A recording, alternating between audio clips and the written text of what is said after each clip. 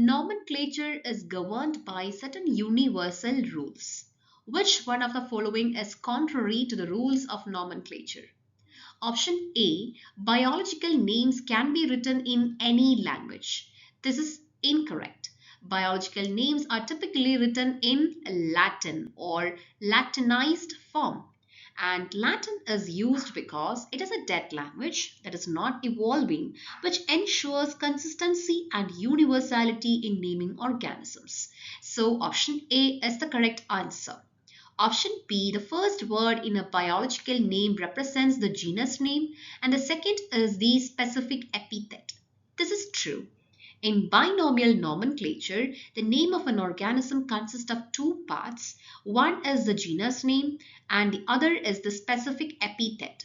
Together, these two parts form the full scientific name of the organism. For example, the scientific name of tiger is Panthera tigris. So, option B is an incorrect answer. Option C, the names are written in Latin and are in italics.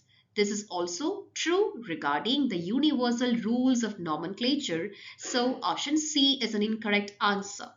Coming to option D, when written by hand, the names are to be underlined.